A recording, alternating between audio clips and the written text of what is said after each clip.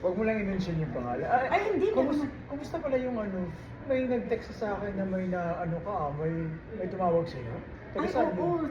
sa Winnipeg. Talaga? Madaling araw, nag-call siya, pero sabi ko, ay, natutulog pa ako sa kanalang. So, kinabukasan, alas 9:30 ng umaga, Oo. ang ginawa ko is tinawagan ko siya. Sabi ko, ano po kabayan? Ano pong may paglilingkod? Sabi niya, napanood ko yung vlog nyo. Sabi niya, sino po? Si Dude. Sabi niya ganun, si Miranda. Ah, okay. Ako naman po, ano po ang name ko doon? Sabi niya, Miriam. Tapos sabi niya, Yambo. tumutulong daw kayo sa lahat ng mga utang. Sabi niya, ay oo, bakit? Alam mo, dami namin utang. Sabi niya, sige ka ako kabayan, matutulungan ka namin. Kaya gumawa ako. Mister niya, nagdadalawang isip. Oo, tapos? Pero si Mrs., sabi niya, hayaan mo, i-convince ko yung aking asawa kasi maganda pala yung 50 to 80% ang reduce, sabi niya. Oo. Opo, sabi ko kabayan, kaya na lang po ang bahala sa asawa niyo, sabi niya, oo. So kahapon, yun na, ano na silang mag-asawa, nagdesisyon na silang mag-asawa. Kaya, gumawa ako ng appointment nila. Sabi niya, turuan mo ako kung paano hindi. Sabi ko, kabayan, sabihin mo lang yung utang mo, a-assist ka na ng aming secretary sa Credit 720. Mga kabayan, kami po'y tumutulong sa lahat ng mga utang. Ang aking number is 403-400-0617. Ito ang gwapo kong vlogger. Hindi, gusto ko lang naman na palagi tayo mag-vlog para at least mag-refresh na palagi. Kaya dinalan kita ngayon. Oh wow, sana all Kasi- ang dami naming pagkain, kabayan. Oh, talaga naman, dinadalan pa ako ng pagkain para malakas daw yung boses ko. Kain pala tayo. Kain po. O baka gusto mo pa na iuwi mo na rin yan. Bakit? Hindi, ayoko. Kasi Binili gusto ko ko. lang. Gusto ko to. Alam mo ba na na Alin? marami rin ako mga kaibigan na nag-i-inquire with regards sa May mga utang. may mga utang sila. Mhm. Kasi gusto nila na gusto nila na syempre, magkaroon ka ng peace of mind. Kasi dito naman, left and right, pinapautang tayo ng kahit sino. Yeah. Kasi we're Maraming utang. capable to pay. Parang ganun. Like sa Yes. Pilipinas, diba? Mm-mm.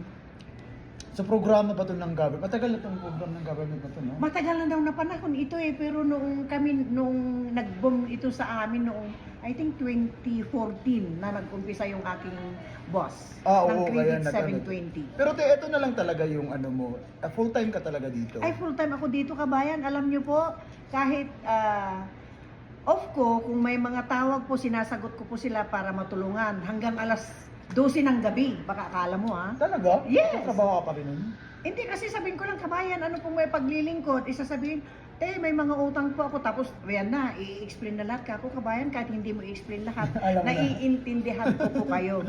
Sabi niya, kasi namatay yung nanay ko, bla bla. Sige po, gawin natin po is, magkano po yung utang? Halimbawa po yung utang mo is 20,000, maging 7,000 na lang kung low income siya.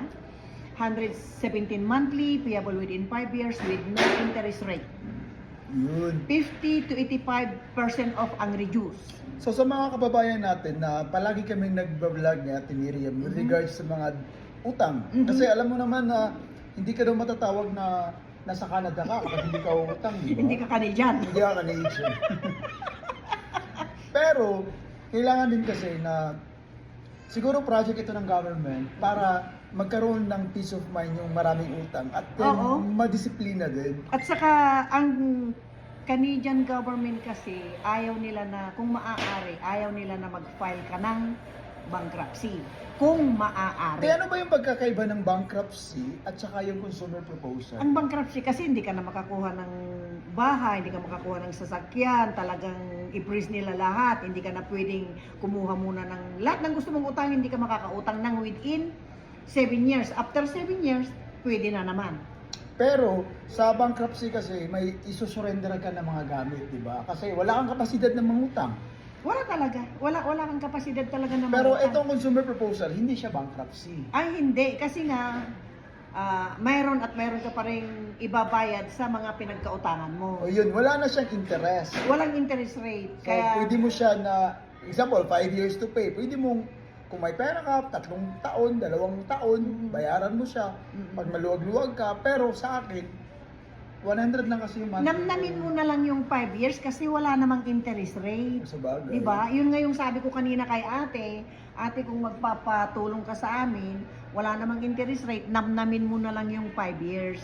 Tinanong ko kung may bahay siya, sabi niya, wala. Ay, thank you Lord, sabi ko sa kanya dahil 100% matutulungan Bakit ano namin pa siya. pagkakaiba na pag may bahay, tapos mag-apply Kung naman may sa bahay proposal? na wala pang equity, pwede namin siyang tulungan yung equity malaki. Pero kung mayroong bahay na malaki na ang equity, hindi na kami Mahirap. tutulong dahil malaki na nga yung equity niya. Sasabihin ng boss ko, you can withdraw all your equity, sabi niya, at bayaran mo yung utang mo. So yun yung pagkakaiba sa may bahay na gustong pasukin ng consumer proposal. Kung mataas ang equity. Pero kung may bahay, hindi pa mataas ang equity ng house niya, pwede namin silang tulungan.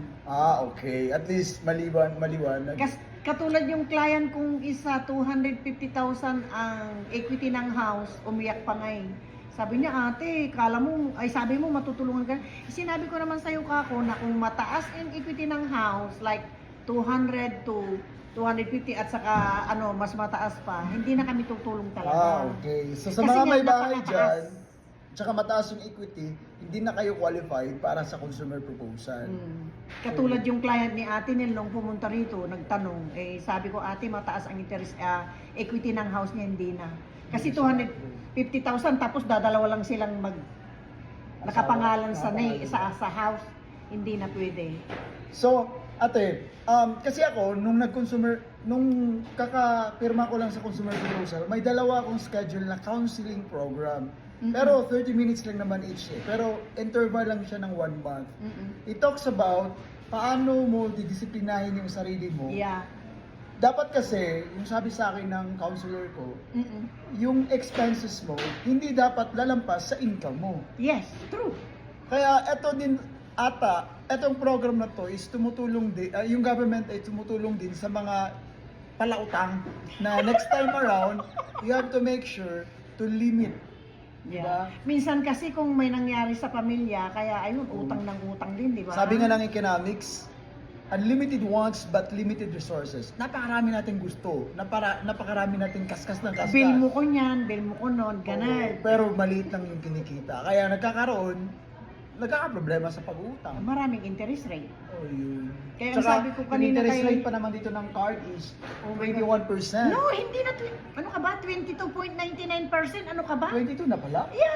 Napakalaki, di ba? At saka yung purity, example, gagamitin mo yung credit card mo. 1 to 21 days, wala pa yung interest. After 21 days, magkakaroon na siya ng 22% na interest sa inutang mo. So, kailangan mabayaran mo siya within the period of Okay, time. ganito, umutang kayo ng umutang, tapos tawagan niyo ako, makakatulong po kami sa lahat ng mga utang. What's your niyo. number? Ate Miriam, 403-400-0617. Ulitin mo uli.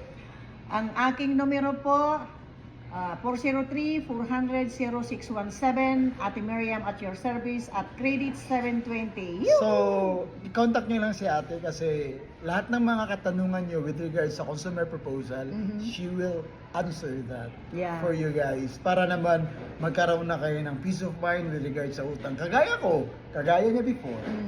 2018 ako nag-file ng consumer proposal plan. Sa awa naman ng Diyos, di ba?